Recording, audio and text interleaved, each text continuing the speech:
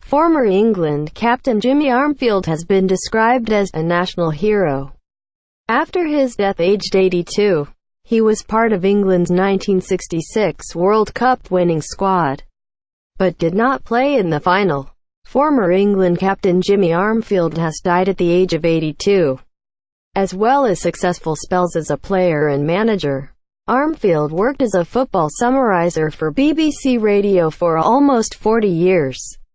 Here, his friend and former colleague John Murray pays his own tribute.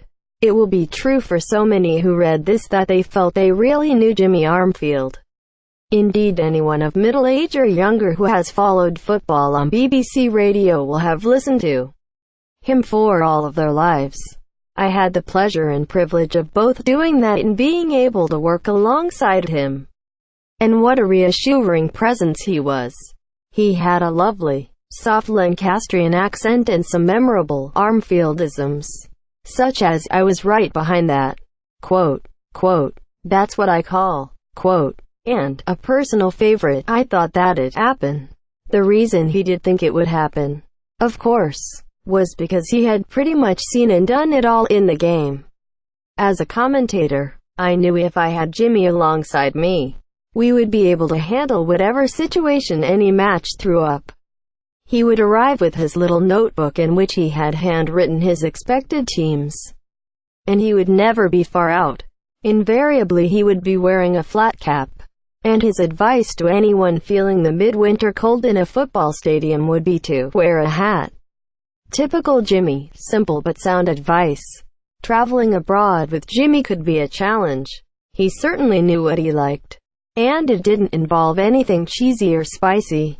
"No queso," he would say, using the Spanish word for cheese. "Tell them I don't like queso." And, on being given a menu in a foreign language, he handed it straight back to a puzzled-looking waiter and said, "Do you do soup? I like soup." Quote, Jimmy would also be a creature of habit.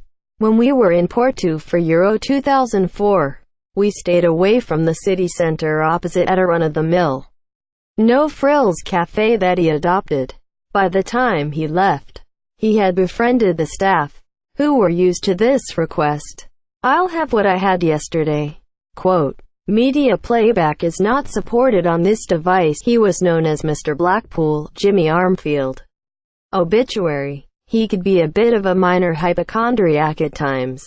2. Early one morning in Brussels, where we were for Euro 2000, there was a sharp knock at my door. Jimmy was standing there squinting up at the ceiling with a bottle of fluid in his hand. Without so much as a good morning, he walked straight past me into my bathroom saying, "Son, can you put these in for me? I can't do it on my own." With eye drops duly administered, off the former England captain went back to his room. But he was not to be trifled with either, as you would expect of someone who had been a leader of men. At France '98, Simon Brotherton and I traveled to Montpellier with Jimmy to cover a match. It was a stiflingly hot day, and afterwards we had to get back to the airport to fly to our next destination. There was a lengthy queue to get a taxi, and a couple of young men pushed in front of us.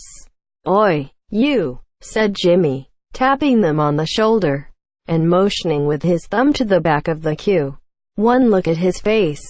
They saw he meant business and sloped off in the direction the Armfield thumb was pointing. I think I can say with some confidence that he would have loved to have seen England win the World Cup again. He was extremely passionate about the fortunes of the national team, and would always be so enthusiastic at seeing promising young England players. I remember him being so excited when Wayne Rooney burst onto the scene. And our football producer Charlotte Nichol tells me she remembers Jimmy leaping up and punching the air when Michael Owen scored that thrilling goal against Argentina at France '98. In common with many who worked alongside him, Charlotte says she regarded him as something of a second father. Jimmy also had a desire to cover at least one more match for BBC Radio. I just expected to see him back with us again. as I did when he had cancer first time round. Even within the past fortnight, when I heard he was struggling, I thought if anyone could bounce back, Jimmy could. Very sadly, it was not to be. But we were all very lucky to know him as long, and in whatever way, as we did.